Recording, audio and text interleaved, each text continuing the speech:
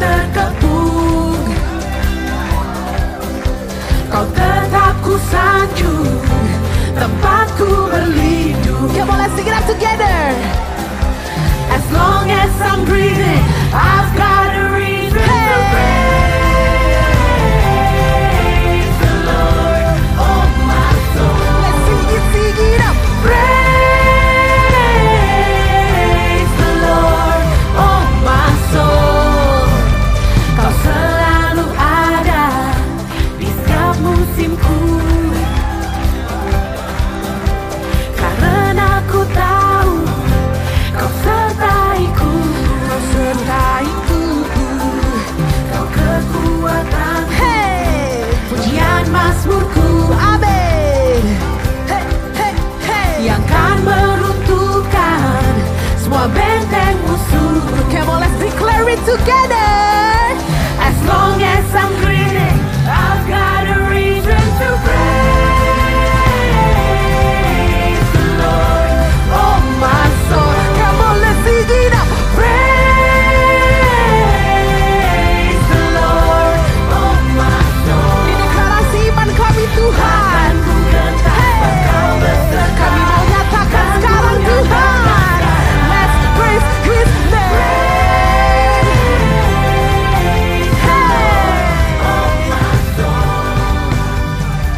Kami sembah Kau Allah yang hidup, Tuhan yang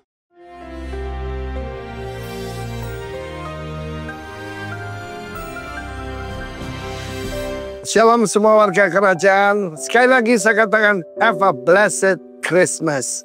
Tetapi jangan lupa kita menantikan kedatangannya yang kedua. Kalau kedatangan pertama dengan begitu precise, begitu luar biasa, digenapi semua nubuatan tentang Kristus, maka yang pasti yang kedatangan yang kedua juga sama. Jangan lupa saudaraku, ada banyak sekali cerita-cerita hoax tentang Yesus itu pergi ke Tibet untuk dia belajar kebatinan, belajar shamanism, belajar tentang ilmu-ilmu. Saudara jangan percaya itu semua. Bahkan ada seorang pengkhotbah berkata, wah Yesus nggak jelas. Dari usia 12 sampai 30 tidak tercatat. Beda dengan nabi-nabi dari kepercayaan lain. Itu pengkhotbah loh. Pengkhotbah Kristen, dia sebut dirinya Kristen. Waduh, berarti dia tidak mengerti firman Allah. Firman Tuhan berkata, ketika Yesus berusia 12 tahun, seperti kebiasaannya, perhatikan ini, kebiasaan orang tua itu menurun pada anak.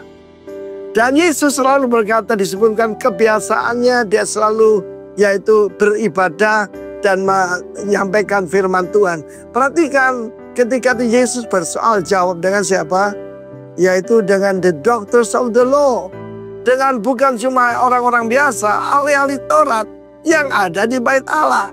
Bukan yang ada di kampung, yang ada di bait Allah. Tetapi Yesus mengajukan pertanyaan yang membuat mereka semua tercengang. Itu tugas setiap bapak, setiap ibu untuk membawa putra-putramu rindu melayani Tuhan. Salah satu cucu kemenakan saya usia 10 tahun. Dia rangkul saya dan berkata, Grandpa, I want to be a preacher. Bahkan papanya bilang, aneh sekali anak ini. Dia selalu bilang dia mau jadi preacher. Saya kira kita lihat kehidupan Tuhan Yesus. Firman Allah berkata, pada saat itu dia sempat disalahkan. Bahwa dicari mungkin di tempat permainan. Anak usia 12 mau ngapain? Mungkin main game atau apa. Tetapi dia ada di bait Allah. Di luar pengertian orang tuanya. Yusuf dan Maria sudah tahu, is the son of God. Tetapi tentu saja saudaraku, firman Allah mengatakan dia kembali ke Nazaret. Dia tinggal di Yerusalem. Meskipun Yerusalem dibangun untuk dia kembali ke Nazaret di bawah asuhan. Subjek itu menundukkan diri, hipotaso, kepada Yusuf dan Maria. Dan tentu saja Joseph is a house builder. Dan berapa banyak rumah yang dibangun oleh Yusuf dan Yesus. Karena Yesus meneruskan usaha daripada Yosef sebelum dia masuk dalam pelayanan sepenuh waktu. Dan firman Allah berkata anak itu bertumbuh makin besar, ya, makin bertambah hikmatnya, makin dikasih Allah dan manusia. Tumbuh spiritnya, tumbuh jiwanya, pengetahuannya, dan juga in favor with God and with man. Karena itu sekali lagi, have a blessed Christmas. Karena itu saudara, seringkali banyak mujizat terjadi bulan-bulan ini. And the spirit of giving is in the air. Karena itu jangan lupa perhatikan orang-orang yang menderita. Tuhan memberkati kalau mau menyenangkan hati Tuhan. Kalau engkau menolong orang yang miskin, orang yang susah, engkau memiutangi Tuhan yang akan mengembalikannya dengan secara luar biasa. Karena itu saudaraku, kita belajar dari Kristus begitu rendah hati. Orang tua kita belum sempurna, tapi Yesus menundukkan diri. Bukankah itu luar biasa? Bukankah itu power in control? God bless you all. Haleluya. Amin. Shalom, selamat pagi Bapak Ibu Saudara. Apa kabarnya hari ini? Dahsyat luar biasa, semua sehat hari ini ya. Kembali kita berkumpul, kita mau bersuka bersama, memuji memuliakan Tuhan. Mari satukan hati, kita berdoa. Bapa, terima kasih, kami mengucap syukur Tuhan. Oleh karena kasih setia Tuhan dalam hidup kami boleh ada pagi hari ini Tuhan. Kami rindu membawa hidup kami datang ke hadirat Tuhan. Tuhan tolong siap kami, layakkan kami Tuhan. Untuk kami boleh menikmati hadirat Tuhan di tempat ini. Sehingga setiap kami Tuhan boleh mengalami kekuatan yang baru, sukacita yang baru, dan hidup yang penuh pengharapan di dalam Kau. Terima kasih Tuhan, di dalam nama Tuhan Yesus kami serahkan ibadah pagi hari ini. Amin.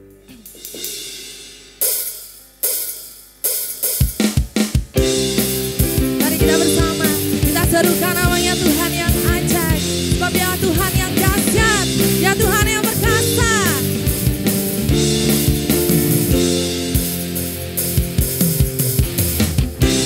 Tuhanku maha besar, Tuhanku maha kuasa, Raja segala raja. Dia takkan tergoyahkan dan takkan terkalahkan. Dia hidup dan berkuasa. Serukan namanya, Yesus Tuhan Raja. Segala kuasa tunduk dalam namanya. Dia luar biasa, perkasa mulia. Yesus nama di atas segala nama.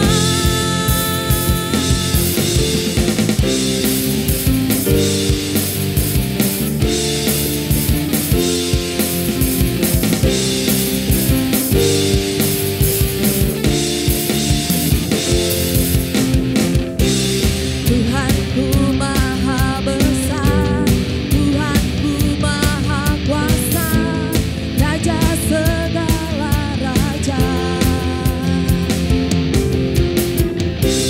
Dia takkan tergoyahkan, dia takkan terkalahkan. Dia hidup dan berkuasa. Serukan namanya, Yesus Tuhan Raja. Segala kuasa tunduk dalam namanya. Sebab dia sungguh luar biasa. Biasa, perkasa mulia. Yesus nama di atas segala nama. Serukan namanya, Yesus Tuhan Raja. Segala kuasa tunduk dalam namanya. Dia luar biasa, perkasa mulia.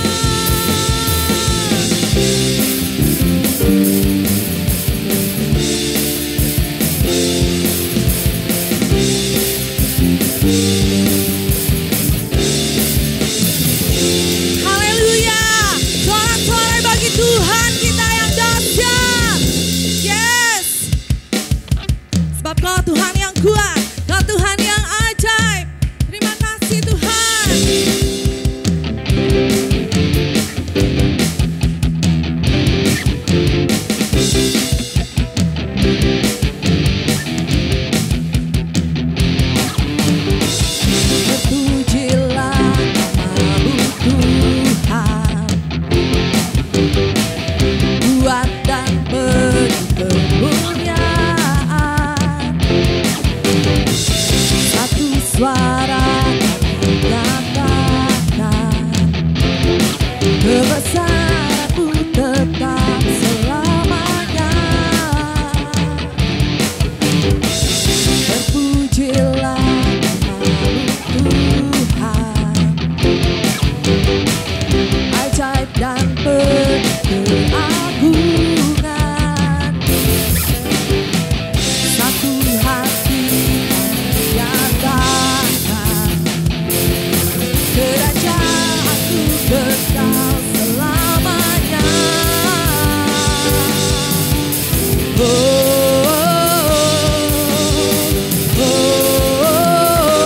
Engkaulah Raja atas dunia, yang menghancurkan kutub dan membebaskan jiwa.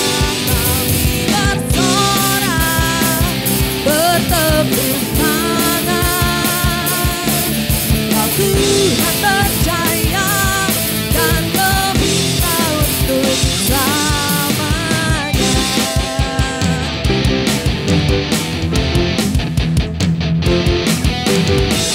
Terpujilah Tuhan, Kau Tuhan yang ajaib dan berkemuliaan. Satu suara nyatakan, kebesaranmu tetap selamanya. Terpujilah namamu Tuhan, ajaib dan keagungan. Satu hati kami nyatakan, kerajaanmu kekal selamanya.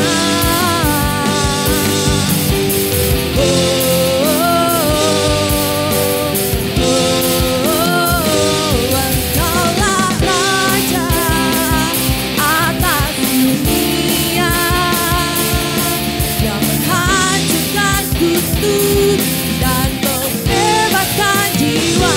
Kami bersorak, bertepuk tangan. Kau Tuhan percaya dan meminta untuk Engkaulah Raja atas dunia, yang menghancurkan kutub dan membebaskan jiwa. Kami bersorak, bertepuk tangan. Engkau Tuhan percaya dan meminta untuk Engkaulah Raja atas dunia, yang menghancurkan kutub dan membebaskan jiwa. Kami bersorak, bertepuk tangan.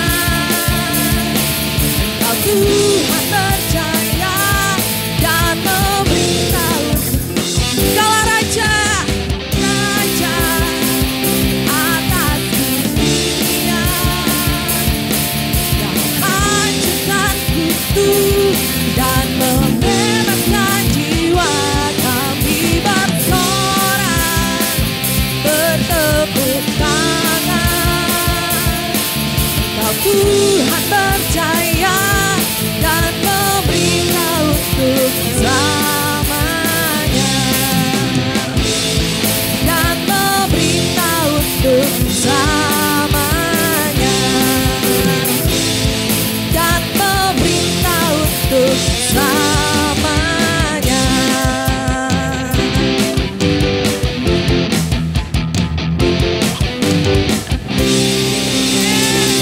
Kaulah Tuhan yang memerintah bersamanya. Kami bersyukur Tuhan, sebab sungguh besar kasih setia Tuhan dalam hidup kami. Kami mau memberi diri kami Tuhan, memberi hidup kami Tuhan persembahan yang layak bagimu.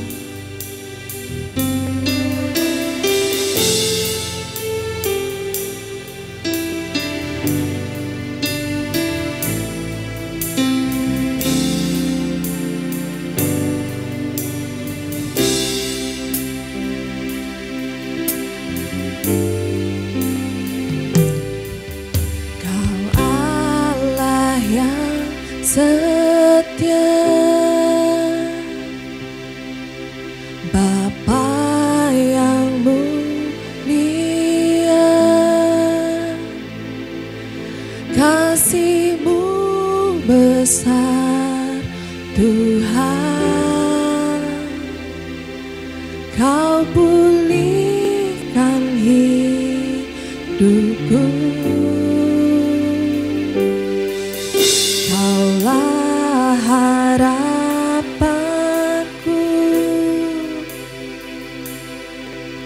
hidupku dalam-Mu.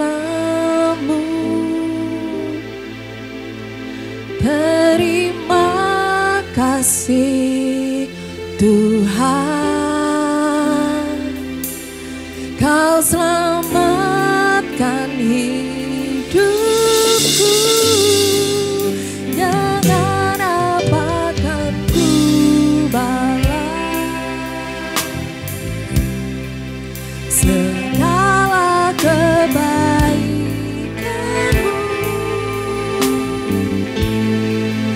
Segenap hatiku menyembah-Mu, Yesus.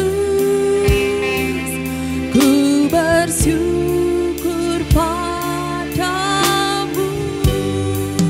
Dengan apakan ku balas segala kebaikan-Mu. Segenap hatiku menyembah-Mu, Yesus. Ku bersyukur padamu selamanya.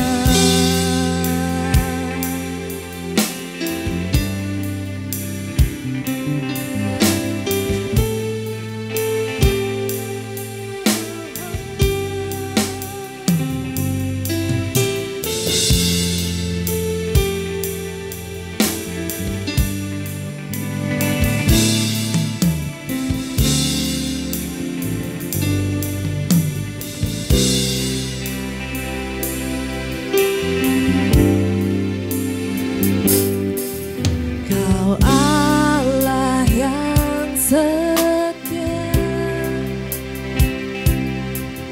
Bapa yang mulia, kasih-Mu besar Tuhan,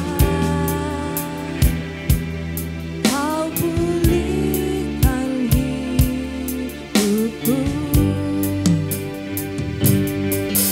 Kaulah harapanku, hidupku dalam-Mu. Terima kasih Tuhan, Kau selamatkan hidupku. Jangan apakan ku balas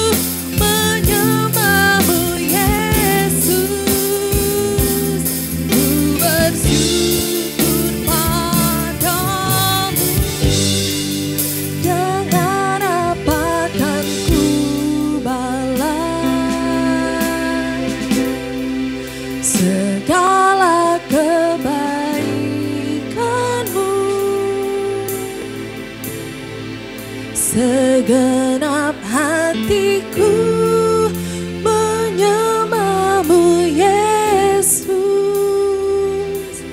ku bersyukur padamu.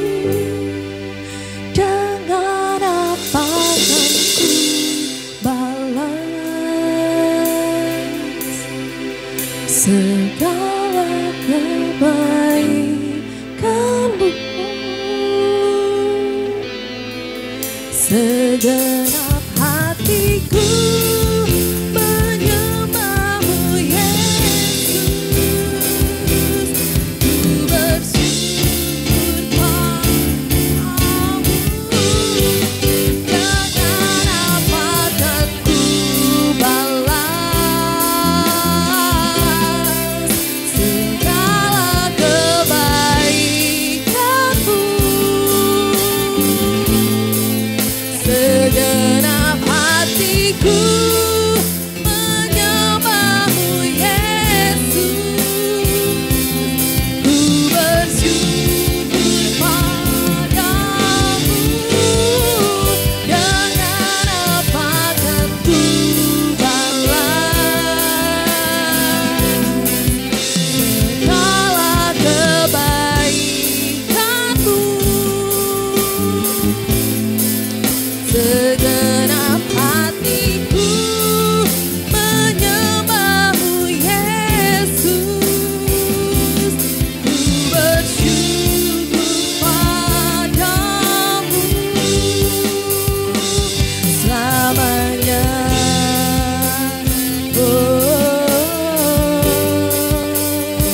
Selamanya.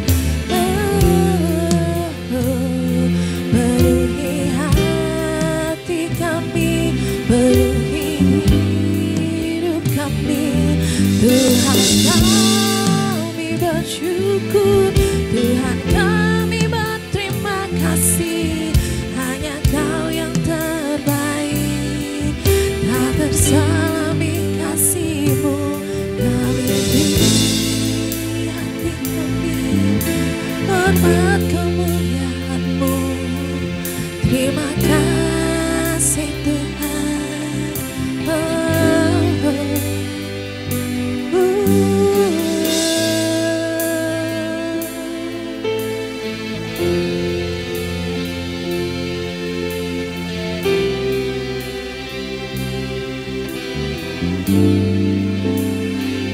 Nyanyi haleluya,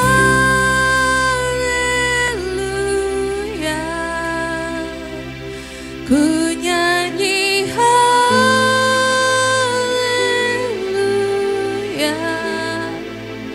sungguh Kau hebat, ajaib perkasa perbuatan-Mu.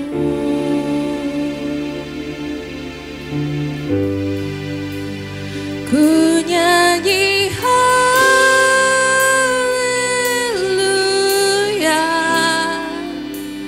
ku nyanyi haleluya,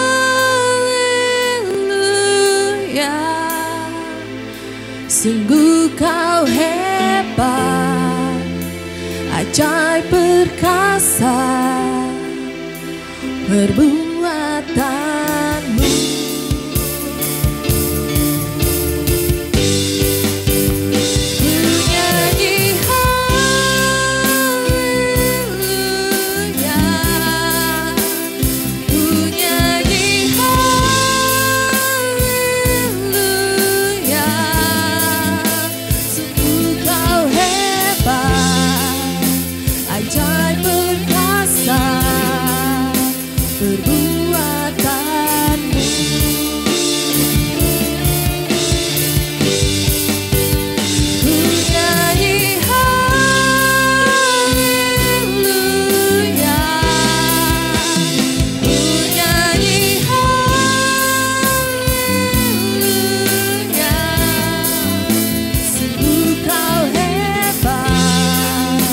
Ajaib perkasa perbuatan-Mu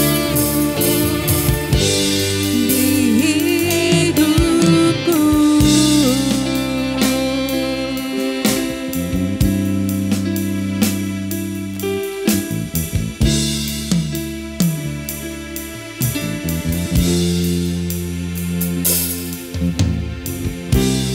Bapakku datang menyembah-Mu di sini. Ku percaya Kau ada bagiku.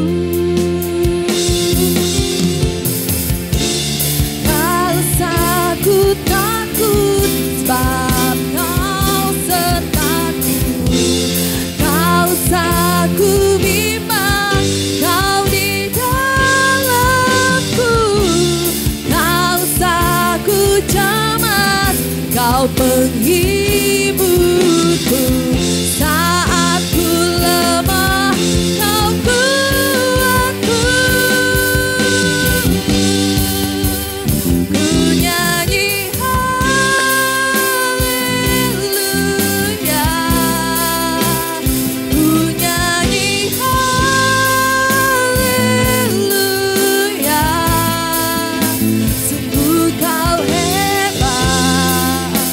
Ajaib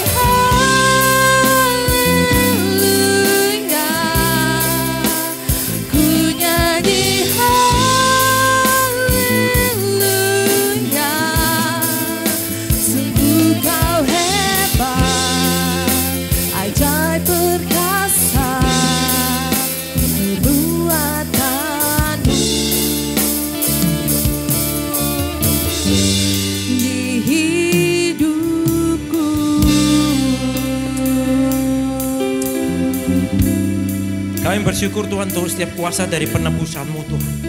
Kuasa dari penebusan-Mu telah membawa kami untuk kami mengalami kembali sebuah budaya dari kerajaan-Mu Tuhan.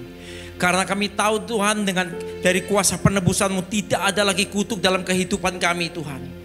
Karena kami tahu dari kuasa penebusan-Mu telah menghancurkan setiap kutuk. Baik kutuk sakit penyakit, kutuk kekurangan, kutuk sakit turunan.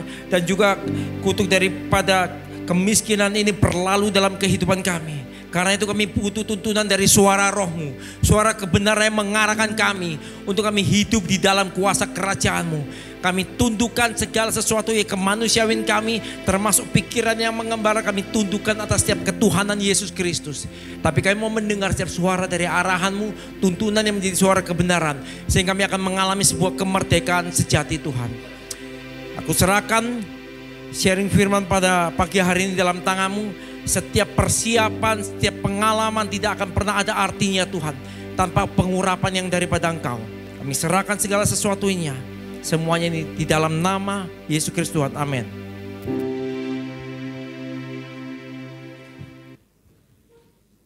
Shalom semuanya. Ya, gimana kabar saudara? Saya percaya dahsyat ya.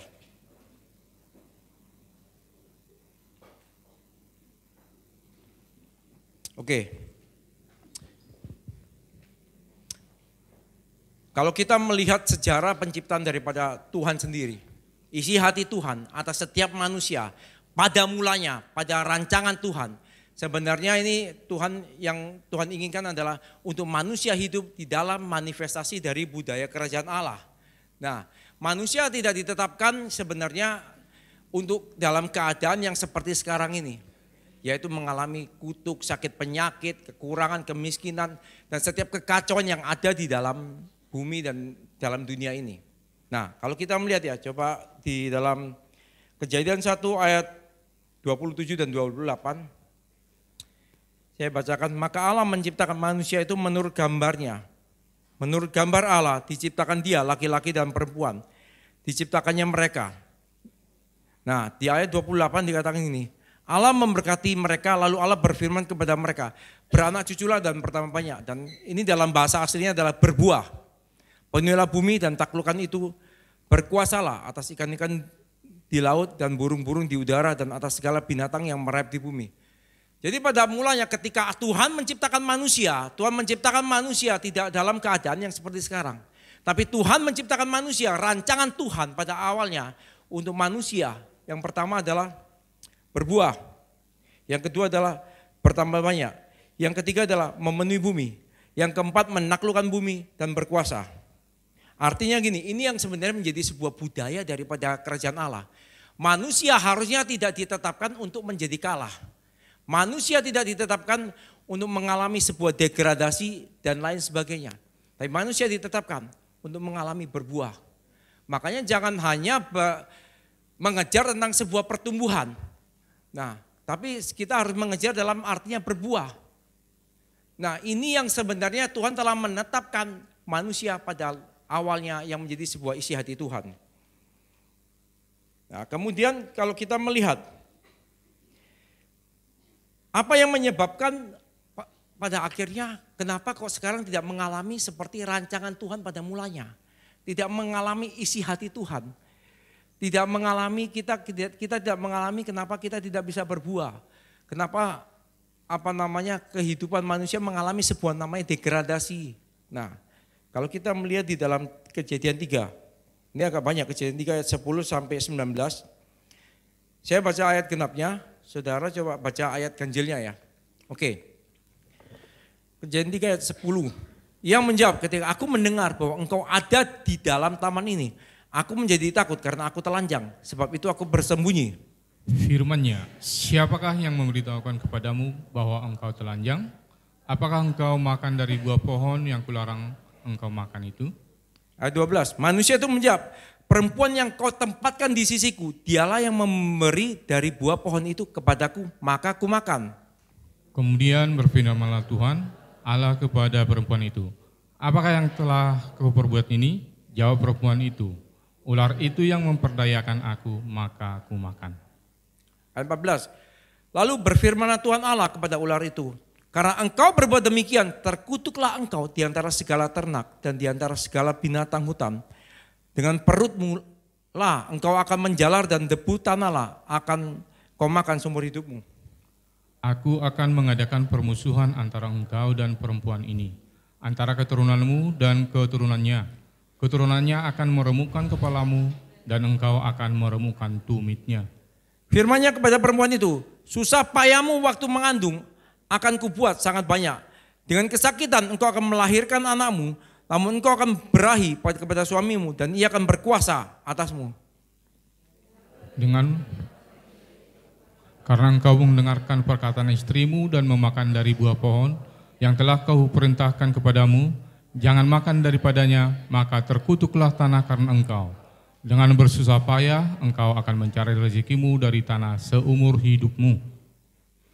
Semak duri dan rumput duri yang akan dihasilkannya bagimu, dan tumbuh-tumbuhan di padang akan menjadi makananmu. Dengan berpeluh, engkau akan mencari makananmu, sampai engkau kembali lagi menjadi tanah. Karena dari situlah engkau diambil, sebab engkau debu dan engkau akan kembali menjadi debu. Oke.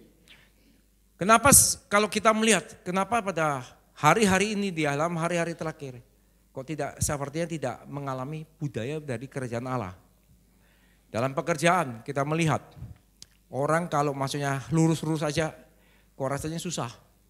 Orang di dalam dunia pekerjaan harus mengalami ya sedikit belok-belok lah. Nah, sakit penyakit turunan kalau kita melihat. Nah, ini sebenarnya tidak ditetapkan pada waktu Tuhan menciptakan manusia. Tetapi akibat ketidaktaatan, akibat manusia tidak mengikuti setiap arahan Tuhan. Waktu Tuhan berkata kepada Adam, dia bilang gini, semua pohon dalam taman ini boleh kamu makan. Buahnya kecuali pohon pengetahuan baik dan jahat. Nah, tetapi Adam tidak mengikuti setiap arahan Tuhan. Adam kalah dengan namanya Hawa. Kan gitu. Nah, seharusnya pada waktu Tuhan memberikan arahan kepada Adam, jangan makan buah pengetahuan baik dan jahat. Apapun yang dikatakan oleh Hawa, oleh apa, sekalipun cinta atau sekalipun gimana ya, prinsip firman harus tetap dilakukan. Nah, pada waktu manusia makan buah pengetahuan baik dan jahat, akibat ketidaktaatan ini, dari situ manusia merasa telanjang. Padahal kalau Tuhan tanya dengan jawaban Adam tidak nyambung. Tuhan tanyakan begini, Adam, di manakah engkau? Harusnya jawabnya kan begini, oh aku di sini, ya kan? Aku di tempat ini. Tetapi pada waktu itu Adam berkata apa? Aku telanjang. Kenapa? Karena ini jawaban sebenarnya nggak nyambung. Nah, kenapa Adam merasa telanjang? Karena dia sudah tidak mengikuti setiap arahan dan tuntunan Tuhan. Akibat ketidaktaatan dan arahan dan tuntunan dari suara Tuhan ini, maka ketidaktaatan ini menjadi ada dosa dan maut yang menguasai manusia. Manusia tidak pada sebuah posisinya. Manusia tidak mengalami hal-hal termanifestasi budaya kerajaan Allah. Dari saat itu sebenarnya hubungan itu terputus. Nah, waktu hubungan ini terputus, maka manusia tidak bisa lagi berkuasa atas bumi ini.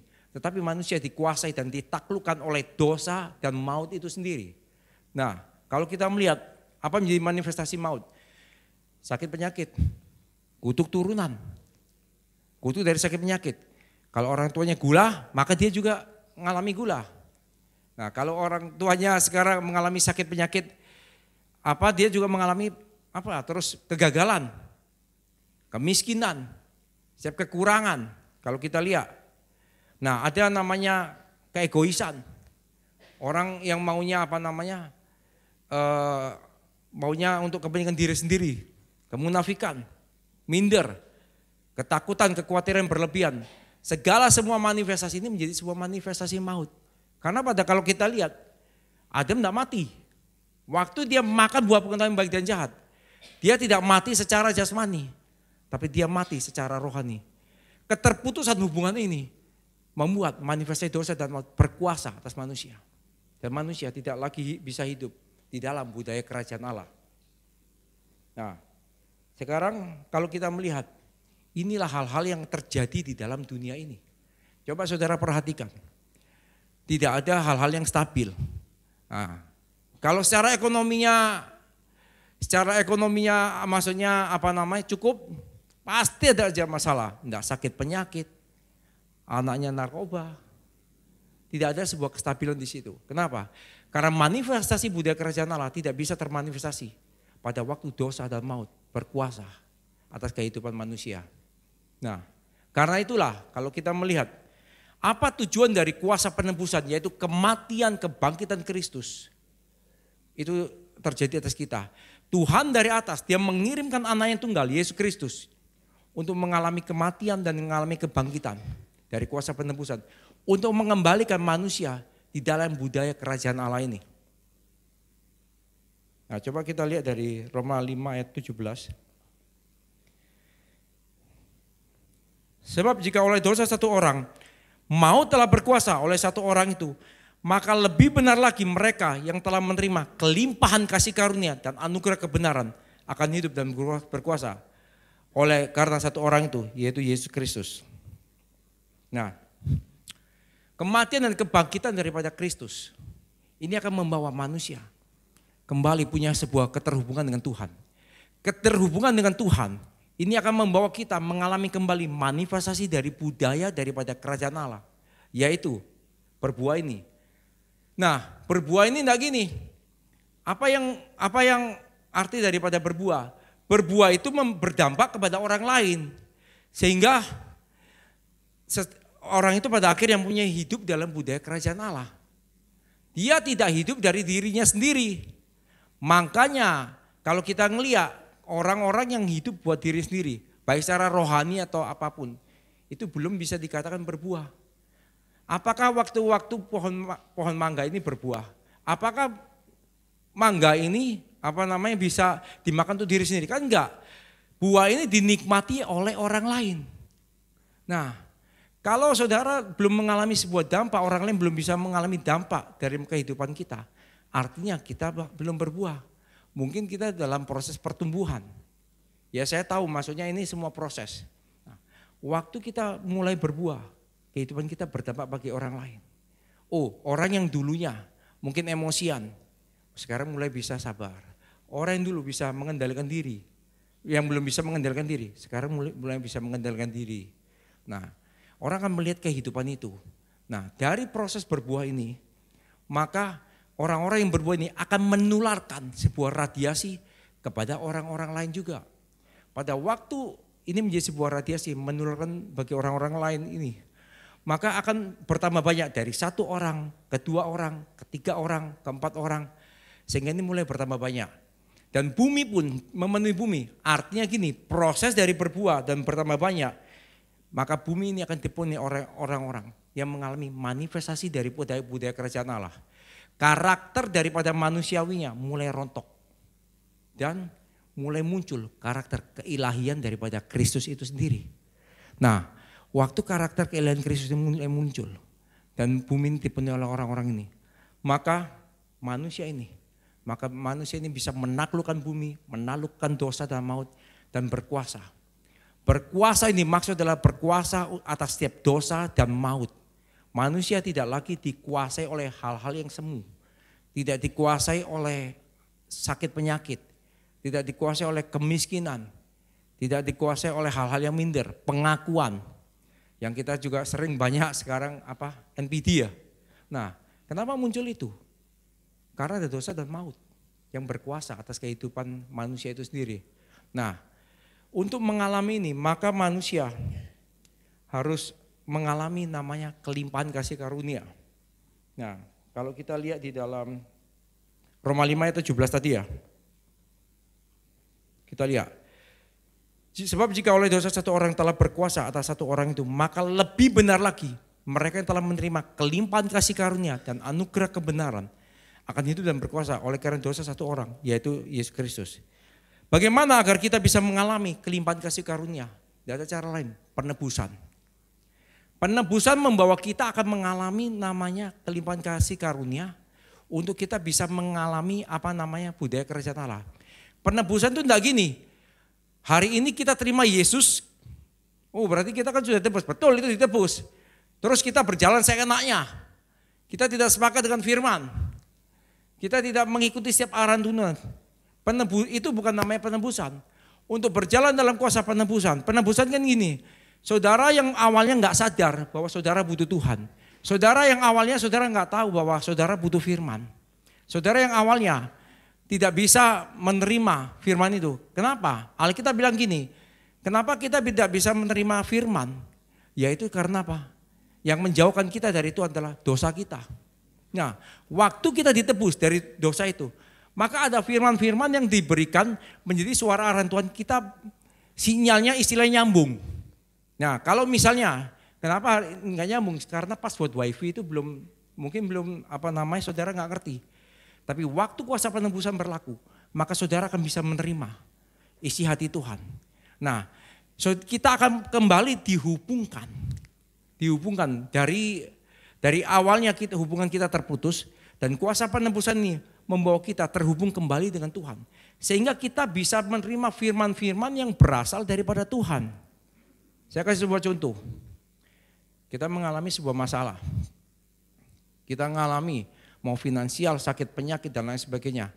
Karena kita punya hubungan dengan Tuhan. Ada firman yang berkata, di dalam Filipi bilang gini, segala perkara dapat aku tanggung dalam Dia yang memberikan kekuatan kepadaku. Nah, firman ini menjadi sebuah namanya kuasa dari penebusan itu. Dan waktu kita perkatakan segala perkara dapat aku tanggung dalam Dia memberikan kekuatan padaku.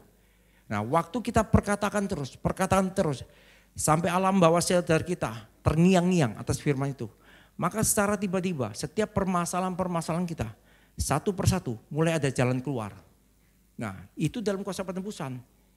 Banyak orang berkata bahwa kasih karunia gini, ya buat dosa gak apa-apa, namanya manusiawi, buat ini gak apa-apa. Itu bukan kuasa penebusan. Tapi kuasa penebusan adalah Tuhan memberikan firman sebagai sebuah jalan untuk kita mengalami namanya kemenangan. Itulah namanya kuasa penebusan. Jadi hal-hal yang selama ini dibilang kasih karunia, hal-hal yang dibilang oh enggak apa-apa buat dosa nanti Tuhan ngampuni. Bagi saya itu bukan kasih karunia. Kasih karunia adalah hal yang awalnya kita enggak mampu melakukan. Tapi oleh karena kuasa daripada penebusan, kematian kebangkitan Kristus, kita mulai dimampukan. Kita mulai bisa mengendalikan diri. Kita mulai bisa berpikir positif. Kita mulai bisa melakukan hal-hal ilahi yang kita enggak mampu. Misalnya, dulu suruh misalnya doa waktu pagi, saat itu saya enggak bisa bangun pagi. Tapi tiba-tiba enggak tahu gimana, kok kita bisa bangun pagi. Kita bisa mulai doa, kita mulai bisa menerima firman. Ini namanya kuasa penebusan. Yang kedua, untuk kita mengalami namanya kelimpahan kasih karunia, kita harus punya kerinduan kepada Tuhan yang dalam, atas Tuhan dan kebenarannya. Kalau kita lihat di dalam Mazmur 42, ya ayat 8. Samudera berpanggil-panggilan dengan deru air terjunmu, segala gelora dan gelombangmu bergulung melingkupi aku. Kalau di dalam aslinya, samudera berpanggil-panggilan artinya adalah kedalaman memanggil kedalaman. Apa yang menjadi kedalaman saudara, maka itu yang akan kita alami. Kalau kedalaman kita menyukai hal-hal yang duniawi, ya itu yang akan kita terima. Kita tidak akan bisa bertemu dengan namanya kuasa daripada kebenaran itu. Tapi pada waktu kita punya kerinduan kepada Tuhan, kedalaman kita ini akan membawa kita akan bertemu dengan Tuhan. Saudara, kalau kita lihat, pernah dengar cerita ini ya? Orang lumpuh yang ada di dalam kolam Bethesda, dia merindukan namanya kesembuhan. Kan dikatakan seperti ini kan, kalau orang yang waktu kolam itu berguncang, siapa yang datang duluan ke kolam itu, ke air itu, maka dia disembuhkan di dalam Yohanes. Tetapi dia kan gak bisa, karena apa? Dia lumpuh. Tetapi pada waktu itu kerinduannya membawa dia akan mengalami untuk Tuhan Yesus datang, menjamah dan menyembuhkannya. Orang buta, Bartimeus, dia buta dan kerinduan dia akan membawa dia bertemu dengan Tuhan. Artinya gini, apa yang menjadi kedalaman kita saat ini? Hati kita ini mengarahkan kemana? Kalau hati kita hanya berfokus pada hal-hal yang duniawi, hati kita berfokus pada diri sendiri, maka kita tidak akan bisa bertemu namanya kasih karunia. Tapi waktu hati kita arahkan kepada Tuhan, kedalaman kita akan membawa kita mengalami namanya kasih karunia, yaitu Tuhan datang kepada kita. Dan ini harus kita jaga. Karena awal pada waktu kita mengalami kasih mula-mula, semua saya yakin waktu mengalami kasih mula-mula, baca Alkitab 10 pasal ini nggak kerasa. Kita maunya mengalami Tuhan, kita mulai berdoa. Tapi ada namanya benih dosa. Ya kan, pada waktu kita lahir semua terus terang sudah berdosa. Benih dosa ini seakan-akan tidak terima. Dia akan membawa kita untuk bagaimana menyeleweng kita pada hal yang sebenarnya. Makanya kerinduan ini harus dijaga. Kelaparan kehausan akan Tuhan ini harus dijaga. Tanpa kita mengalami untuk menjaga kerinduan ini, maka kerinduan ini akan bisa hilang. Dan akhirnya kita akan terhempas. Kita tidak akan mengalami dari manifestasi daripada budaya kerajaan Allah. Nah, karena itu kita harus benar-benar tetap menjaga bagaimana hati kita mengalami kelaparan kehausan. Dan ini adanya adalah kita ada dalam komunitas orang-orang percaya. Komunitas orang-orang yang punya kelaparan. Komunitas orang-orang yang menyukai hadirat Tuhan. Komunitas yang menyukai benar-benar hal-hal ilahi. Dan adanya, saudara tahu enggak adanya di mana itu? Di Komsel, di KK, di keluarga kerajaan. Dan kita tidak akan pernah bisa bertumbuh sendiri. Makanya kadang saya suka, memang saya tidak percaya dan saya belum melihat bukti nyata. Ada orang bilang gini, saya tidak butuh orang, saya tidak butuh Komsel, saya tidak butuh keluarga kerajaan, saya bisa bertumbuh sendiri. Saya mau tahu tunjukkan orang yang bisa bilang bertumbuh dan berbuah sendiri tanpa adanya keluarga kerajaan atau kakak. Saya belum menemukan itu. Kenapa? Waktu dalam keluarga kerajaan, setiap kita pernah mengalami namanya stagnasi, naik turun. Nah, pada waktu kita ada di dalam kakak, nah kita akan melihat, orang-orang ini kok kelihatannya apinya mulai redup ya. Nah mulai, kalau ada dalam kakak, ada pujian penyembahan, mulai terbangun atmosfer ilahi. Nah dari atmosfer ilahi itu mereka mulai merasakan. Dan kemudian kalau mengalami masalah, sharing, nah akan diberitahu, maksudnya gini, ada masukan-masukan nasihat daripada orang-orang yang ada di sekelilingnya. Percayalah, bahkan GKK pun sendiri tidak akan pernah bisa bertumbuh sendiri. Nah itu adanya di dalam kakak. Nah waktu di dalam kakak, mulai ditumbuhkan kembali kasih yang mula-mula. Nah itu mulai kita bisa menjaganya. Nah lewat itu maka kita bisa menerima kelimpahan kasih karunia dari kuasa penebusan Kristus. Kita mengalami kerinduan kelaparan Tuhan, kita jaga. Maka ada firman-firman diberikan, apapun permasalahan. Kalau namanya firman, pasti menghancurkan hal-hal yang manusiawi. Pasti menghancurkan hal-hal yang salah. Itulah sebenarnya tujuan kakak. Kita mulai diajari. Ada materi kakak. Oh ternyata pemikiranku selama ini salah ya.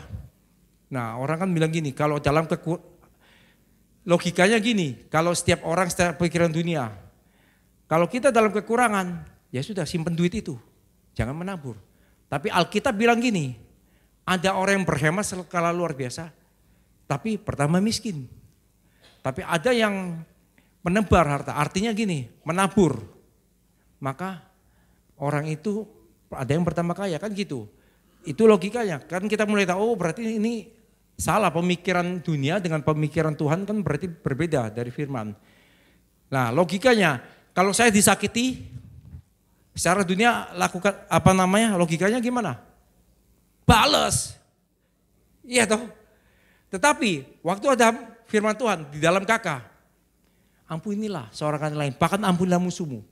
Kalau musuhmu suruh kamu minta bajumu, berikan jubahmu. Kalau musuhmu minta kamu berjalan 1 mil, berjalan 2 mil. Iya kan? Nah ditampar pipi kiri, berikan pipi kanan. Ini cuma kiasan, jangan nanti saudara ditampar gini terus kasih lagi. Enggak. Maksudnya itu memberikan pengampunan. Nah dari ini materi dari kakak ini kita bisa tahu, oh artinya seperti ini toh. Berarti hal-hal yang selama ini menjadi sebuah budaya daripada dunia ini berarti salah. Ini bertentangan dengan budaya kerajaan. Nah dari budaya kerajaan ini kita mulai ikuti prinsip firman yang mana ya. Terus apakah saya sebagai orang yang ditebus cocok gak saya dengan karakter ini? Cocok gak saya harus punya pengakuan ini?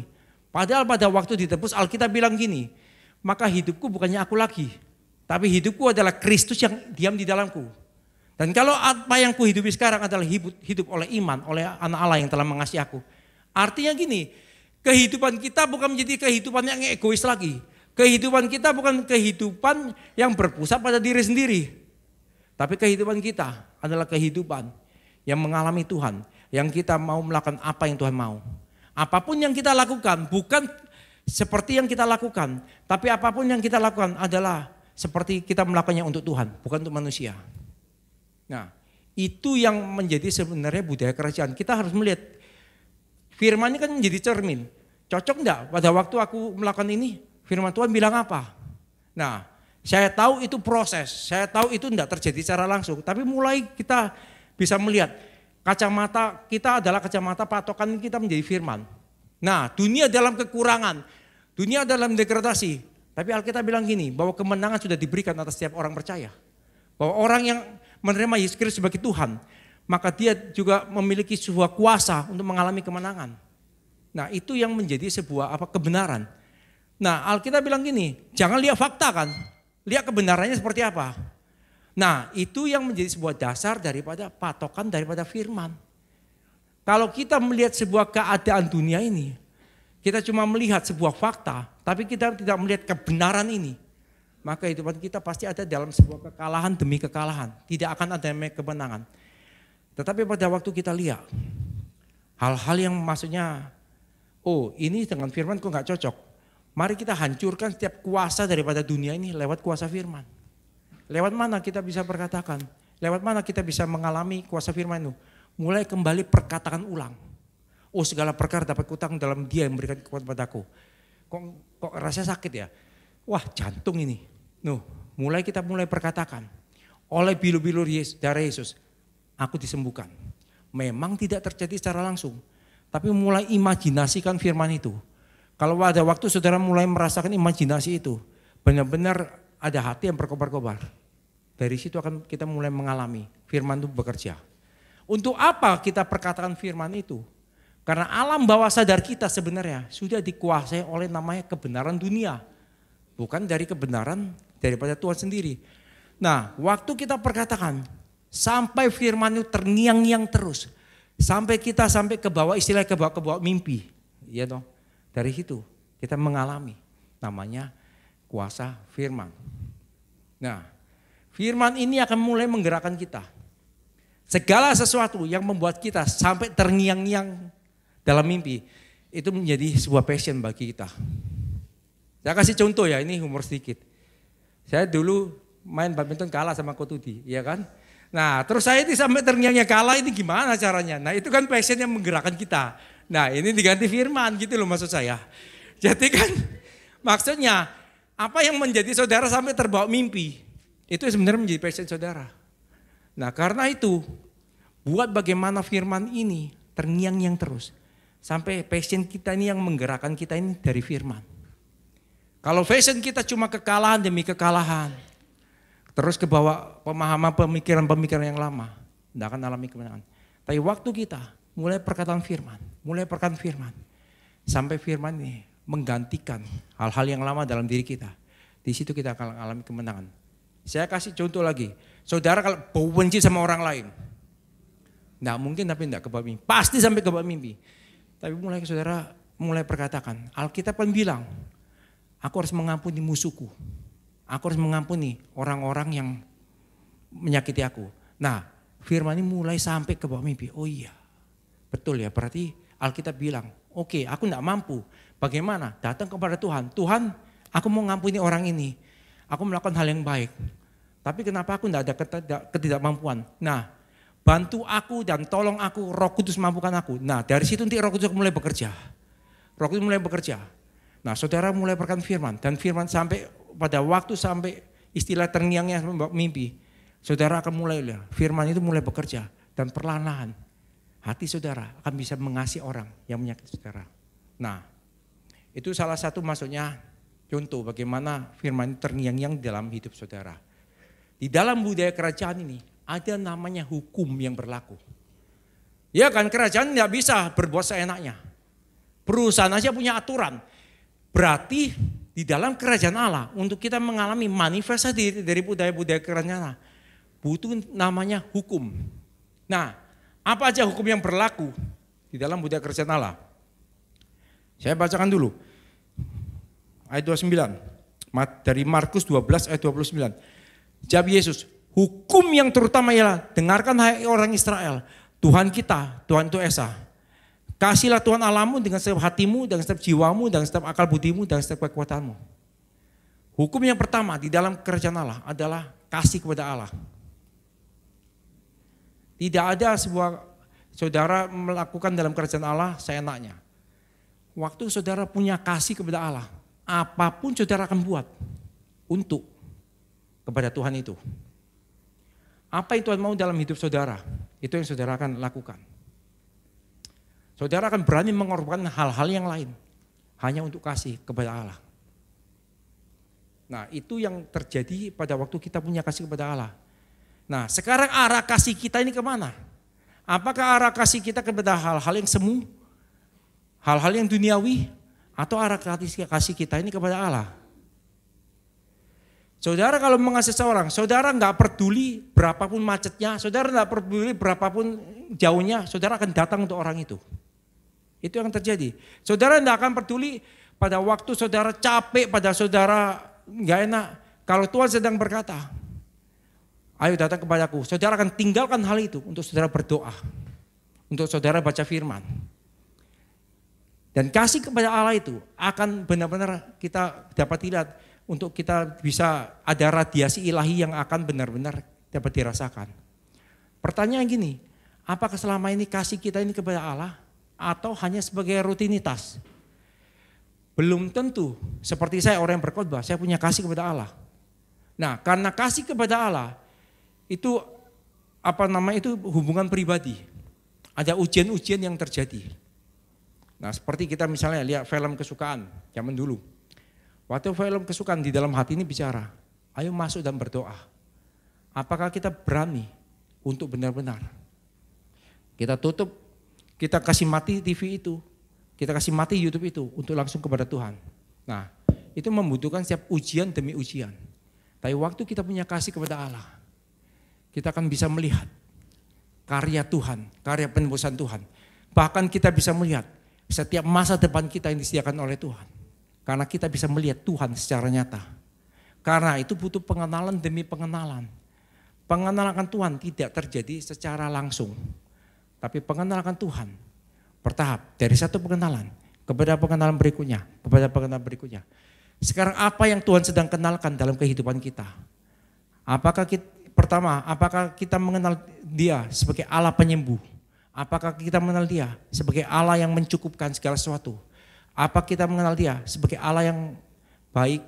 Nah, setiap proses yang kita alami, keadaan yang tidak mengenakan, mungkin kita disakiti, mungkin kita sakit penyakit, kekurangan. Ini sebenarnya punya tujuan untuk kita mengenal Tuhan secara utuh. Nah, ini membutuhkan pengertian yang daripada Roh Kudus. Waktu kita punya pengertian daripada Roh Kudus, artinya gini, kalau keadaan secara manusia tidak bisa ada jalan keluarnya, berarti kita butuh Tuhan sebagai jalan. Karena waktu Tuhan Yesus berkata, akulah jalan, kebenaran, dan kehidupan. Artinya Dia jalan dalam segala sesuatu. Tidak ada hal yang buntu dalam Kristus. Sakit penyakit tidak bisa sembuhkan, maka Tuhan sebagai jalan untuk menyembuhkan kita. Nah, pada waktu Yosua, kalau kita lihat Yosua, ada malaikat yang datang, ya kan? Pada waktu dia mau berperang, terus dia bilang, lawankah engkau atau temankah engkau? Yosua kan akhirnya malaikat bilang, aku panglima bala tentara Allah. Itu sebenarnya Tuhan sendiri. Kenapa? Tanda daripada apa yang kalau kita lihat Alkitab ya, tanda ini Tuhan atau malaikat adalah gini. Pada waktu itu Yosua sujud menyembah dan malaikat itu menerima sembah daripada Yosua. Tapi kalau kita lihat Yohanes di Pulau Patmos, malaikat yang tinggi besar, pada waktu Yohanes itu menyembah, dia bilang jangan menyembah pada aku, kita adalah sama. Nah itu tandanya, malaikat tidak untuk disembah, hanya Tuhan yang disembah. Tapi banyak orang sekarang suka dengan hal-hal manifestasi daripada malaikat. Padahal pada waktu kita menjadi anak Tuhan, kita mengalami penembusan, kuasa yang ada pada Tuhan Yesus itu juga ada kuasa pada kita. Nah, tujuan daripada kakak juga membawa kita mengalami berbuah. Boleh kalau pertama minta doa, teman minta doa apa boleh. Tapi pada akhirnya kita bisa, waktu kita sakit, kita bisa berdoa sendiri kepada Tuhan. Waktu kita punya masalah, kita bisa berdoa sendiri kepada Tuhan dan kita yang akan alami kemenangan. Nah, dari kasih kepada Allah, hukum kedua, manifestasi dari kasih kepada Allah, yaitu ini. Markus 12 ayat 31. Dan hukum yang kedua ialah, kasihlah sama manusia seperti dirimu sendiri. Tidak ada hukum lain yang lebih utama daripada kedua hukum itu. Artinya gini, kalau saudara isinya kebencian terus, cemburu terus, iri hati terus. Saudara kalau sama orang ini tidak cocok, ini tidak cocok. Saudara selalu ingin menjatuhkan orang lain. Apakah itu bisa disebut saudara punya kasih kepada Allah? Karena manifestasi daripada kasih kepada Allah adalah saudara bisa mengasihi manusia. Seperti diri kita sendiri. Tidak ada seseorang yang tidak mengasihi diri sendiri. Berarti kan gini, kalau dikatakan kasihlah sama manusia seperti dirimu sendiri. Bagaimana saudara mengasihi diri kita sendiri? Saudara juga mengasihi orang lain. Kalau kita butuh makan berarti orang lain juga butuh makan. Alkitab bilang gini, bagaimana kita dapat mengasihi Tuhan yang tidak kelihatan kalau kita tidak dapat mengasihi manusia yang kelihatan. Jadi itu patokannya. Kalau saudara tidak mengasihi manusia, berarti saudara juga tidak mengasihi Tuhan dong. Nah, selama ini yang kita katakan kita kasih kepada Tuhan, kasih yang mana? Nah, dua hal ini. Mari kita mulai belajar melihat setiap kekurangan orang lain tuh. Kita melihat bahwa benar-benar kita dapat mengasihi manusia seperti diri sendiri. Nah, itu yang menjadi sebuah patokan. Seperti saya paling saya bersyukur yang saudara sudah tahu bahwa almarhum mentor saya, Jeffrey Michael Pesik. Karena dia kasih kepada Allah, maka dia bisa mengasihi saya. Nah, yang jatuh bangun, yang selalu dari api bertobat, nakal kembali, bertobat, nakal kembali. Nah, mari kita mulai belajar seperti Tuhan mengasihi kita. Makanya karena itu, kalau beberapa waktu yang lalu, dikatakan loh, khotbah siapa yang bilang ya, tentang istri harus tunduk, ya kan? Tapi suami harus mengasihi. Karena tidak akan ada namanya ketundukan tanpa kasih. Karena itu, mari kita belajar dua hukum ini. Waktu kita punya mengasihi Tuhan dengan sepenuh hati, dan lewat kasih Tuhan itu, kita bisa mengasihi manusia seperti Tuhan mengasihi kita sendiri. Seperti Tuhan mengasihi kita, maka benar-benar dua hukum berlaku ini, maka ada sebuah manifestasi daripada budaya kerajaan Allah ini. Nah, bagaimana sekala kita mengalami budaya kerajaan Allah? Kan ini gini, artinya memajukan budaya kerajaan Allah. Berarti kan budaya kerajaan Allah tidak hanya dinikmati oleh kita. Kita harus bisa memajukan budaya kerajaan Allah. Nah, bagaimana caranya untuk kita bisa memajukan dalam budaya kerajaan Allah? Melalui pemberitaan dan peragaan kuasa kerajaan Allah. Kita baca dulu Markus 4 ayat 23. Yesus pun berkeliling di seluruh Galilea. Ia mengajar dalam rumah-rumah ibadat dan memberitakan Injil kerajaan Allah serta melenyapkan segala penyakit dan kelemahan di antara bangsa itu. Berarti kalau kita mengenali Yesus, Yesus memberitakan Injil dari kuasa kerajaan Allah, maka kita pun perlu memberitakan Injil dari kuasa kerajaan Allah. Dan kita juga memperagakan bagaimana kita melenyapkan segala penyakit dan kelemahan di antara bangsa itu. Nah, Matius di dalam Matius 12 ayat 28. Tapi jika aku mengusir setan dengan kuasa Roh Allah, maka sungguhnya kerajaan Allah itu sudah datang kepadamu. Jadi jangan gini, waktu kita ngalami orang tetangga kita sakit atau kerasukan setan. Oh, saya telepon Pak Gembala, saya telepon Pak GKK dulu. Ini gimana ini? Nah, kalau perlu kita yang hadir di situ kita kemana? Di dalam nama Yesus setiap sakit penyakit, aku katakan jadilah sembuh dan oleh kuasa kerajaan Allah, engkau akan berjalan, engkau akan mengalami kesembuhan ilahi. Ada orang yang kerasukan. Pegawai saudara mungkin kerasukan. Atau orang-orang sekitar saudara kerasukan. Saudara bisa datang dengan katakan, dengan kuasa kerajaan Allah, aku demi nama Yesus, aku mengusir engkau. Tidak ada ikatan daripada musuh, tidak ada setan di dalam naik keluar. Karena bagaimana kita bisa memajukan budaya kerajaan Allah. Kalau kita sendiri tidak ada dalam kuasa kerajaan Allah itu. Kalau kita orang-orang yang sakit penyakit, orang-orang yang mengalami kerasukan, terus kita tidak bisa berdoa untuk orang itu. Kita harus tunggu orang. Iya kalau orang yang ditelepon itu tidak sibuk. Tapi kalau misalnya ada, pas yang susah HP-nya mati. Nah masa mau tunggu orang ini sekarat. Nah awal-awal nggak apa-apa bertumbuh. Tetapi pertumbuhan ini harus saudara bisa berdoa sendiri. Sampai saudara juga bisa menghancurkan setiap kelemahan yang ada di orang-orang sekitar saudara. Sehingga inilah yang namanya sebenarnya karunia-karunia roh bekerja. Waktu karunia roh bekerja di antara kita.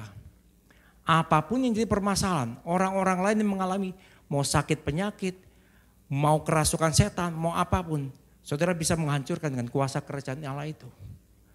Pertanyaannya bagaimana bisa kuasa daripada kerajaan Allah ini, karunia roh ini bekerja dalam hidup kita.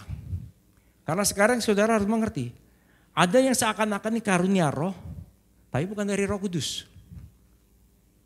Nah sebagai contoh, saudara harus tangkap suara kebenaran ini harus selaras dengan prinsip firman. Ini di Surabaya terjadi beberapa tahun yang lalu. Seorang WL dengan pengkhotbah dalam sebuah pelayanan. Tuhan bilang ini yang WL ini sudah punya istri. Tuhan bilang kamu pasangan perjanjian baru buat aku. Oh iya, akhirnya terjadi perceraian dan nikah lagi. Nah apakah ini karunia roh, apa ini suara dari Tuhan? Prinsip kebenaran tidak bisa. Alkitab bilang seseorang yang sudah nikah dia bersatu, maka dia tidak bisa dipisahkan. Makanya perlu tahu bagaimana karunia roh bekerja ini harus selaras dengan prinsip kebenaran firman. Dan suara Tuhan yang tertinggi adalah firman Tuhan. Nah karena Tuhan tidak akan pernah membawa firman yang baru. Pasti firman-firman ini yang tertulis ini menjadi sebuah manifestasi dari suara Tuhan. Nah untuk itu dibutuhkan kemurnian hati. Waktu kita memiliki kemurnian hati, maka ada kuasa daripada Roh Kudus dan firman mulai bekerja di antara kita. Sehingga waktu kita mengoperasikan karunia roh, itu menjadi sesuatu yang utuh. Air ini bersih, saudara salurkan di dalam pipa. Tapi pipa ini lumutan. Pipa ini banyak kotoran-kotoran. Air yang keluar, pertanyaan saya, apakah tetap air yang bersih atau air yang kotor? Nah, karena itu hati yang murni ini akan membuat karunia roh bekerja secara maksimal dalam kehidupan kita. Nah, coba kita buka di dalam Matius. Matius 5:8 bilang gini, berbagai orang suci hatinya karena mereka melihat Allah. Orang-orang yang suci hatinya, dia akan melihat Tuhan. Dia akan melihat kebenaran yang nyata itu seperti apa. Dia tidak melihat sebuah kebenaran dari dunia, tapi dia akan bisa melihat kebenaran Allah. Kemudian tentang karunia roh, 1 Korintus 14:1 dikatakan, kejarlah kasih. Tidak pernah dikatakan kejarlah karunia roh. Karunia roh itu diusahakan, bukan dikejar. Waktu kita mengejar kasih dan usahakan dirimu memperoleh karunia-karunia roh. Terutama karunia untuk bernubuat. Artinya gini, kalau orang cuma mengejar karunia roh, maka yang menjadi patokan bukan lagi Tuhan, tapi karunia roh itu. Dan di dalamnya ada pengakuan, kesombongan, merasa dia yang paling hebat, merasa dia yang nomor satu. Tapi pada waktu kita mengejar kasih terlebih dahulu. Dan kuasa daripada Roh Kudus dan firman mulai bekerja dalam kita. Waktu kita mengoperasikan karunia roh, kita bisa mengoperasikan karunia roh tepat pada porsinya. Dia tidak membanggakan diri. Cuma aku yang bisa dengar suara Tuhan. Cuma aku yang bisa mengusir setan. Cuma aku yang paling hebat. Tidak lagi. Tapi apapun yang dia lakukan untuk Tuhan. Bukan untuk diri sendiri. Nah, waktu ini mulai bekerja. Kita punya dua hukum ini. Kasih kepada Allah. Kasih kepada manusia. Dan kita membangun hidup kita dari kemurnian hati. dia tidak akan merasa terhebat. Dia tidak merasa komunitasnya paling dahsyat. Komunitas ini yang paling hebat. Tapi dia bisa berkolaborasi, bekerja bersama-sama. Hanya untuk satu nama, kemuliaan untuk nama Tuhan. Nah dari situ kita akan menggenapi firman seperti tema kita di dalam 1 Tesalonika 7. Kita baca. Sehingga kamu telah menjadi teladan untuk semua orang yang percaya di wilayah Makedonia dan Akaya. Sehingga ini yang terjadi. Dan saya berharap, saya berdoa ini akan dialami dalam GBI Rock Sumbawa. Karena dari antara kamu firman Tuhan bergema bukan hanya di Sumbawa saja. Bukan hanya di Pulau Sumbawa saja, di Makedonia dan Akaya saja. Tapi di semua tempat telah tersiar kabar tentang imanmu kepada Allah. Sehingga kami tidak usah mengatakan apa-apa tentang hal itu.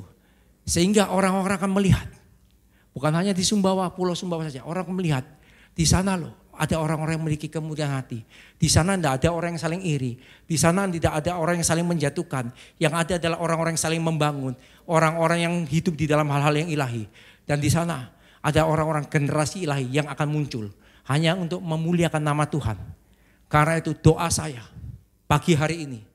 Mari kita bangun hidup kita dari Tuhan dan kebenarannya. Sehingga benar-benar budaya kerajaan Allah yang dari rancangan Tuhan itu benar-benar tergenapi. Kita menjadi orang-orang yang berbuah. Ini akan kita tularkan menjadi sebuah radiasi ilahi. Bertambah banyak orang-orang yang berbuah. Sehingga memenuhi bumi. Kita berkuasa menaklukkan setiap dosa dan maut. Tidak ada lagi kelemahan di antara kita. Kemenangan menjadi bagian kita. Amin. Saya sudah selesai. Saya undang untuk para pemain musik WL.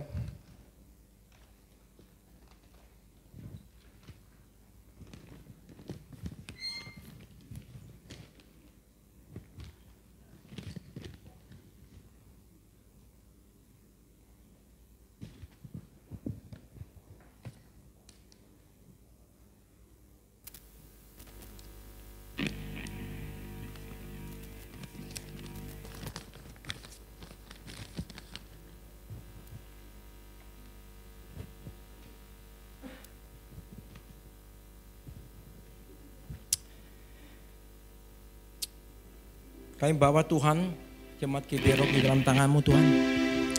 Satu hal yang kami tahu Tuhan, rancangan-Mu, tujuan-Mu harus tergenapi atas GBI Rock Sumbawa ini Tuhan. Kami membangun hidup kami dengan hal-hal yang ilahi. Sehingga lewat kami membangun hal-hal ilahi. Ada manifestasi dari budaya kerajaan Allah yang menjadi isi hati Tuhan pada waktu penciptaan ini mulai tergenapi atas kehidupan kami. Kami mau tanggalkan segala sesuatu kemanusiaan dalam hidup kami. Karena kemanusiaan harus turun tahta. Hanya keilahian Kristus yang naik tahta dalam kehidupan kami. Sehingga Yesus yang akan dimuliakan. Bukannya diri kami. Tidak akan ada kemuliaan buat diri kami sendiri Tuhan. Tapi kami hanya membawa satu nama. Kemuliaan itu hanya bagi Yesus Kristus Tuhan. Hanya bagi Yesus Kristus Tuhan. Kasih Bapa, kami bersyukur untuk kebenaran firman-Mu yang kami dengar pada pagi hari ini Tuhan. Memberkati hamba-Mu Pak Erwin Tuhan, biar hikmat yang daripada Tuhan turun atas hamba-Mu. Lebih lagi Engkau pakai hidupnya menjadi berkat bagi banyak orang. Terima kasih Bapa di surga, Kau berkati jemaat GBI Rock Sumbawa Tuhan. Biar terus bertumbuh di dalam pengenalan akan Tuhan. Bertumbuh di dalam pengenalan akan firman Tuhan yang lebih lagi. Jadikan kami semua Tuhan sebagai duta-duta kerajaan-Mu Tuhan. Hidup yang berbuah dan menjadi berkat bagi banyak orang. Terjadi atas jemaat-Mu di dalam nama Tuhan Yesus. Terima kasih Bapa, kami mengucap syukur. Kami juga berdoa buat bangsa kami Tuhan. Mari saudara kita berdoa buat Indonesia. Buat keamanan hari-hari ini menjelang perayaan Natal. Tuhan kami menyerahkan keadaan bangsa ini ke dalam tangan Tuhan. Kami mohon keamanan yang daripada Tuhan terjadi di setiap penjuru negeri ini di dalam nama Yesus. Ketika anak-anak Tuhan merayakan Natal Tuhan, ada keamanan yang daripada Tuhan, ada damai sejahtera, sukacita yang dari sorga turun atas bangsa kami Tuhan. Sehingga kami sama-sama bersukacita menyambut merayakan hari kelahiran Tuhan. Terima kasih Bapa, memberkati bangsa kami Tuhan. Biarlah bangsa Indonesia terus dibawa menjadi bangsa yang maju dan berjaya. Berkati setiap bidang pemerintahan yang ada Tuhan, pemerintahan yang baru yang ada Tuhan, memberkati dari Bapak Presiden kami, wakilnya dan semua staf menteri yang ada. Tuhan memberkati dengan roh yang takut akan Tuhan, sehingga bangsa kami Tuhan boleh dibawa menjadi bangsa yang maju, bangsa yang takut akan Tuhan. Terima kasih, kami memberkati juga Kota Sumbawa Tuhan, cuaca yang ada Tuhan berkati, berikan cuaca yang terbaik hari-hari ini Tuhan.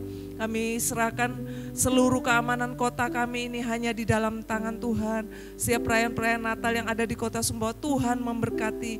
Biar semua masyarakat Sumbawa boleh menikmati kasih Tuhan, sukacita yang daripada Tuhan. Terima kasih Bapak, sebentar kami akan memberikan persembahan umum dan juga persembahan untuk pembangunan gereja. Kami percaya izin gereja Tuhan, Tuhan yang sediakan buat kami tepat pada waktunya Tuhan. Kami akan mempunyai sebuah tempat untuk kami beribadah Tuhan, sesuai dengan kehendak dan rencana Tuhan yang terbaik untuk jemaat GBI Rock Sumbawa. Terima kasih Tuhan, kami memberikan persembahan ini karena kami mengasihi Tuhan. Di dalam nama Tuhan Yesus kami bersyukur. Amin. Shalom warga kerajaan, kembali lagi di Rock News minggu ini. Ibadah perayaan Natal Rabu 25 Desember 2024, Son of Man akan dilaksanakan di Aula Quick Chicken Zubento jam 7 malam. Kita akan diberkati melalui hambanya PDP Tudi Suryawan. Sembah berdoa mulai minggu ini ditiadakan dan akan dimulai kembali pada tanggal 1 Januari 2024. Kami mengundang Bapak Ibu Saudara sekalian untuk ikut bergabung bersama ke dalam keluarga kerajaan Allah. Mengenai waktu dan tempat, silakan menghubungi GKK yang tertera. Bagi yang belum bergabung, mari ikut bergabung. Kita akan mendapatkan kesatuan hati, tumbuh bersama dan menangkan jiwa. Doa puasa ditiadakan, akan dimulai kembali pada hari Sabtu 4 Januari 2025. Ibadah Roki dilaksanakan setiap hari Minggu jam 11 WITA di Aula Tunastel. Bagi Bapak Ibu Saudara sekalian yang ingin memberikan persembahan melalui transfer, bisa langsung melakukan transfer ke nomor rekening berikut. Jangan lupa untuk like, comment, and subscribe YouTube channel kami, Rock Sumbawa. Dan ikuti kami di sosial media Facebook dan Instagram @rocksumbawa. Demikian Rock News untuk minggu ini. Selamat hari Minggu, Tuhan Yesus memberkati. Ya, Shalom Bapak Ibu, saudara-saudara yang kasih dalam nama Tuhan Yesus Kristus. Apa rungan Bapak Ibu? Balong serea, masih semangat. Ya, kita sambut bersama dulu pada pagi hari ini ada saudara kita yang baru pertama hadir bersama kita di tempat ini, Saudara Chandra. Selamat datang dan selamat beribadah bersama jemaat Tuhan di tempat ini. Dan yang berikutnya yaitu Ibu apa saudara? Ibu Endang Ratnawati. Selamat datang dan selamat beribadah bersama jemaat GBI Rock Sumbawa.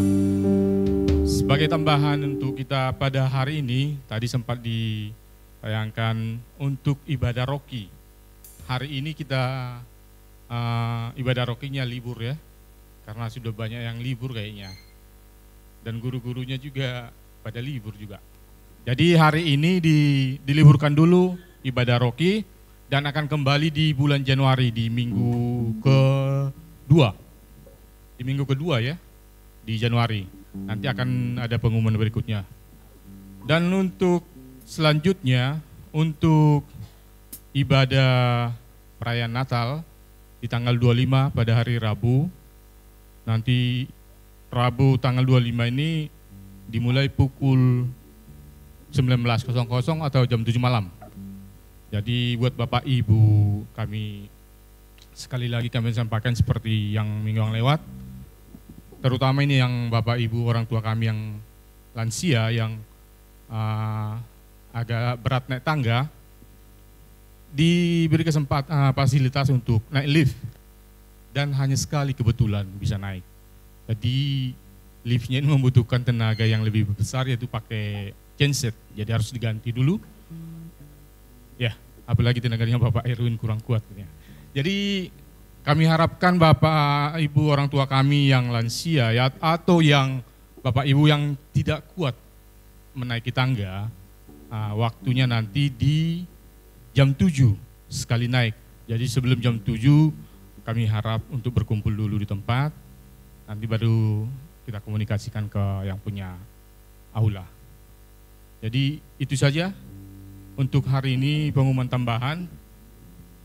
Oh ya, ada tambahan dari Pak Gembala, saya lupa mungkin. Silakan Pak Gembala.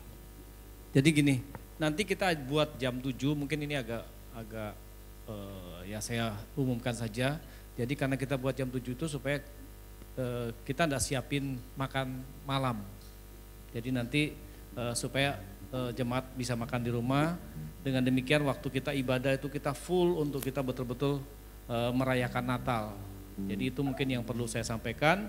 Dan saya juga kita juga pelayan-pelayan pakai dress code-nya itu coklat.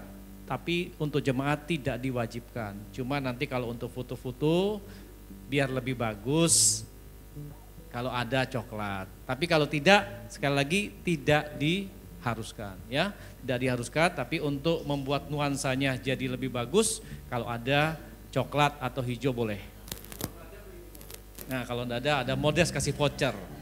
Oke, itu saja mungkin yang bisa disampaikan. Jadi saya harap silahkan diundang untuk Natal nanti siapa saja yang bisa datang, atau ada teman-teman yang memang dulunya tidak bisa datang hanya karena kita naik tangga dan sebagainya. Tadi sudah dikasih tahu, silahkan. Jadi nanti karena mohon pengertiannya sekali lagi untuk bisa hidupkan lift ini kita perlu hidupkan genset. Jadi itu yang selalu menjadi kendala kita. Nah, jadi kita berharap yang datang lebih awal tunggu karena jam 7 itu liftnya akan naik. Jadi turun nanti setelah kita selesai bisa lebih mudah lah saya rasa.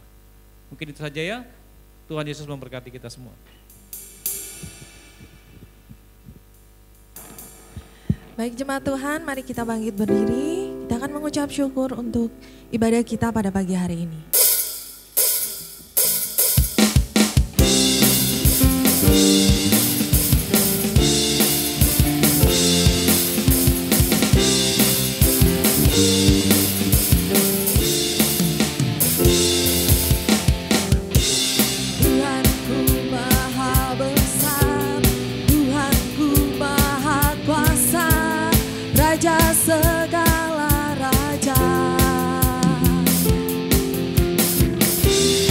Takkan tergoyahkan, dia takkan terkalahkan, dia hidup dan berkuasa.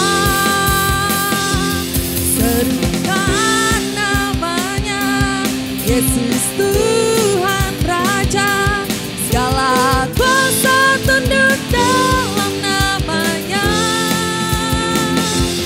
Dia luar biasa, berkasa mulia, Yesus nama di atas segala nama. Serukan namanya, Yesus Tuhan Raja, segala kuasa tunduk dalam namanya. Dia luar biasa, berkasa mulia, Yesus nama di atas segala nama. Yesus nama di atas segala nama. Yesus nama di atas segala nama.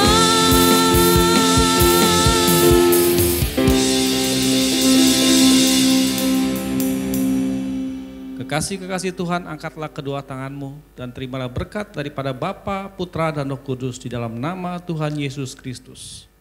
Penebusan sudah terjadi. Dan hari ini kita diingatkan lagi oleh firman bahwa dibutuhkan kedalaman kita untuk terus hidup di dalam Tuhan. Mengenal Tuhan dan melakukan firman Tuhan di dalam kehidupan kita. Sehingga terjadi kesatuan hati di antara kita dengan Tuhan. Apapun yang kita lakukan, percayalah akan menjadi berkat di keluarga, di rumah tangga, di pendidikan, di usaha, di masyarakat, dimanapun akan tercermin kehidupan Kristus. Sehingga kehidupan kita itu menjadi satu firman yang tersebarkan. Iman kita menjadi contoh daripada iman Kristus. Di dalam nama Tuhan Yesus kami siap dan menerimanya. Yang percaya katakan Tuhan Yesus memberkati kita.